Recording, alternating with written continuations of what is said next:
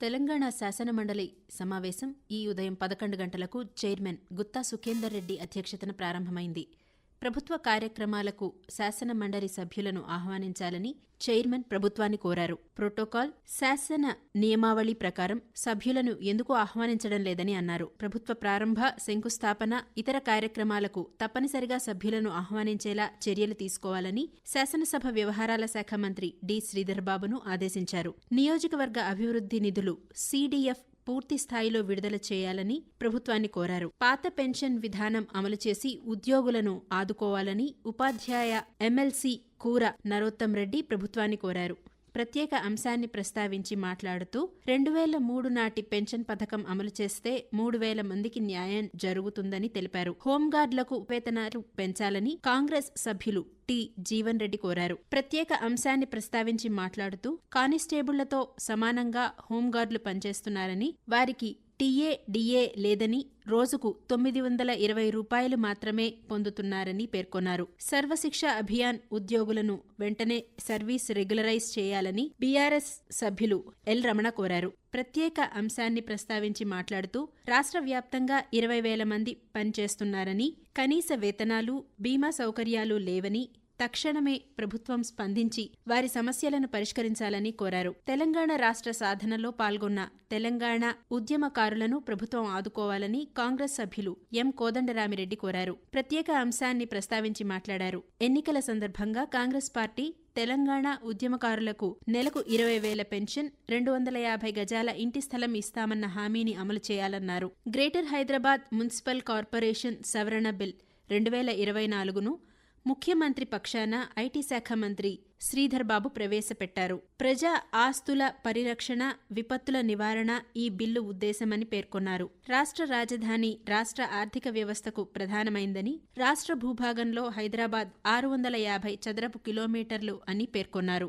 జీవనోపాధి, ఆర్థిక, పారిశ్రామికంగా హైదరాబాద్ అభివృద్ధి చెందిందని, రాష్ట్ర స్థూల ఉత్పత్తిలో 3వ వంతు తోడ్పాటు అందిస్తోందని పేర్కొన్నారు. ప్రపంచస్థాయి మౌలిక వసతులు కలిగి ఉన్నతమైన నివాసయోగ్యమైన నగరాల్లో హైదరాబాద్ నగరం ఒకటని మంత్రి శ్రీధర్బాబు పేర్కొన్నారు. ఫార్మా, ఐటీ, బయోటెక్నాలజీ హబ్గా హైదరాబాద్ ప్రపంచ ప్రసిద్ధి చెందిందని, జలాశయాలు, పచ్చదనంతో మంచి వాతావరణం కలిగి ఉందని తెలిపారు. ఔటర్ రింగ్ రోడ్డుకు దగ్గర ఉన్న 5 గ్రామాలను 12 మున్సిపాలిటీలలో విలీనం చేయనున్నట్లు వెల్లడించారు. పట్టణ లక్షణాలు ఉన్న గ్రామాలను మాత్రమే విలీనం చేయనున్నట్లు మంత్రి పేర్కొన్నారు. సుప్రీంకోర్టు తీర్పు మేరకు పంచాయతీరాజ్ ఎన్నికలు నిర్వహిస్తామని వివరించారు. 50% మించి రిజర్వేషన్లు అమలు చేయమని స్పష్టం చేశారు. బీసీ అభ్యున్నతి, రాజకీయ ప్రాధాన్యత ఇవ్వాలన్నదే తమ ప్రభుత్వ లక్ష్యమని చెప్పారు. విపత్తు నివారణకు ఒక సంస్థ ఉండాలన్న యోచనతో హైడ్రాను ఏర్పాటు చేసినట్లు చెప్పారు. పేదల ఆస్తులకు, నివాసాలకు ఇబ్బంది జరగకుండా ఉండాలన్నదే ప్రభుత్వ విధానమని స్పష్టం చేశారు. ప్రజల్లో భయాందోళన సృష్టించకుండా జవాబుదారీతనంతో సామరస్యంగా ఉండాలని మంత్రి సూచించారు. రియల్ ఎస్టేట్ రంగం బలపడితే ఆర్థికంగా వృద్ధి సాధించవచ్చునని పేర్కొన్నారు. పట్టణీకరణకు అవకాశం ఉన్న గ్రామాలను మాత్రమే మున్సిపాలిటీలను చేస్తున్నామని చెప్పారు. చెరువులను పునరుద్ధరణ చేస్తామని, పరిరక్షిస్తామని తెలిపారు. కొత్త మున్సిపాలిటీని ప్రణాళికాబద్ధంగా అభివృద్ధి చేస్తామని పేర్కొన్నారు. గ్రామాలు మున్సిపాలిటీగా మారితే ఉపాధి ఏ విధంగా కల్పించాలి, అభివృద్ధి ఎలా చేయాలో ఆలోచిస్తామని మంత్రి హామీ ఇచ్చారు. రాష్ట్ర ప్రగతిని అడ్డుకోవాలని ప్రయత్నించకుండా అందరు సభ్యులు సహకరించాలని కోరారు.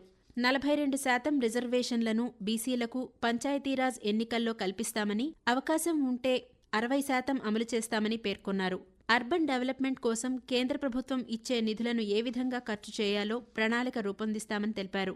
కొత్తగా ఏర్పాటు కానున్న మున్సిపాలిటీల్లో యువతీ యువకులకు ఉపాధి కల్పించేందుకు ఫుడ్ ప్రాసెసింగ్ యూనిట్లను ఏర్పాటు చేస్తామని మంత్రి శ్రీధర్బాబు వెల్లడించారు. బీసీ సంక్షేమ శాఖ మంత్రి పొన్నం ప్రభాకర్ జోక్యం చేసుకుని మాట్లాడుతూ 34% నుంచి 42%కు బీసీ రిజర్వేషన్లను పెంచుతున్నట్లు చెప్పారు. 3 బిల్లులపై కాంగ్రెస్ సభ్యులు T. Jeevan Reddy, doctor B. Venkat, Teenmar Mallanna, deputy chairman Banda Prakash, BRS సభ్యులు Madhusudanachari, Satyavathi Rathod, L. Ramana, S. Raju, T. Ravinder Rao పలు సూచనలు ఇచ్చారు. అనంతరం హైదరాబాద్ మహానగర పురపాలక కార్పొరేషన్ సవరణ బిల్లు 2024 తెలంగాణ పురపాలక సవరణ బిల్లు 2024లను ముఖ్యమంత్రి పక్షాన ఐటీ పరిశ్రమల శాఖ మంత్రి ప్రవేశపెట్టారు. వీటిని సభ ఆమోదించింది. తెలంగాణ పంచాయతీరాజ్ సవరణ బిల్లు 2024ను పంచాయతీరాజ్ శాఖ మంత్రి పక్షాన రవాణా శాఖ, బీసీ సంక్షేమ శాఖ మంత్రి ప్రవేశపెట్టగా సభ ఆమోదించింది. అనంతరం వాయిదా పడిన మండలి తిరిగి 2 గంటల 55 నిమిషాలకు సమావేశం కాగానే తెలంగాణ భూభారతి 2024 బిల్లును రెవెన్యూ శాఖ మంత్రి పొంగులేటి శ్రీనివాసరెడ్డి ప్రవేశపెట్టారు. లక్ష్యాలు, ఉద్దేశాలను సవరిస్తూ ఆధార్ తరహాలోనే భూభారతి ఏర్పాటు చేస్తామని వెల్లడించారు. 2020 ధరణి చట్టాన్ని అధ్యయనం చేసి ప్రజలకు ఇబ్బంది కాకుండా భూభారతిని తీసుకువచ్చినట్లు తెలిపారు. 18 లక్షల ఎకరాల అటవీ, వక్ఫ్ ప్రభుత్వాల సమస్యలను పరిష్కరిస్తామని పేర్కొన్నారు. చట్టమైన 3 నెలల తర్వాత నిబంధనలు ఏర్పాటు చేస్తామని తెలిపారు. ల్యాండ్ ట్రిబ్యునల్ ఏర్పాటు చేస్తామని మంత్రి స్పష్టం చేశారు. పేదల భూములకు రక్షణ కల్పిస్తామని భరోసా ఇచ్చారు. బీఆర్ఎస్ సభ్యులు కె కవిత మాట్లాడుతూ భూభారతి స్థానంలో మళ్లీ ధరణి వస్తుందని చెప్పారు. ల్యాండ్ ట్రిబ్యునల్ వల్ల రైతులకు ఎలాంటి ప్రయోజనం ఉండదని స్పష్టం చేశారు. వ్యక్తుల మీద, పార్టీల మీద కోపంతో 66 లక్షల మంది రైతులకు అన్యాయం చేస్తారా అని ప్రశ్నించారు. ఇది భూభారతి కాదని భూహారతి అని కవిత ఎద్దేవా చేశారు. కాంగ్రెస్ సభ్యులు టి జీవన్ రెడ్డి గత ప్రభుత్వంపై ప్రజలు విశ్వాసం పోవడానికి ప్రధాన కారణం ధరణి అని అన్నారు.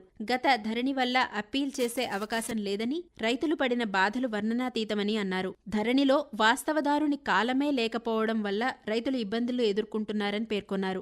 సమీక్ష రాసే సమయానికి సభ కొనసాగుతోంది.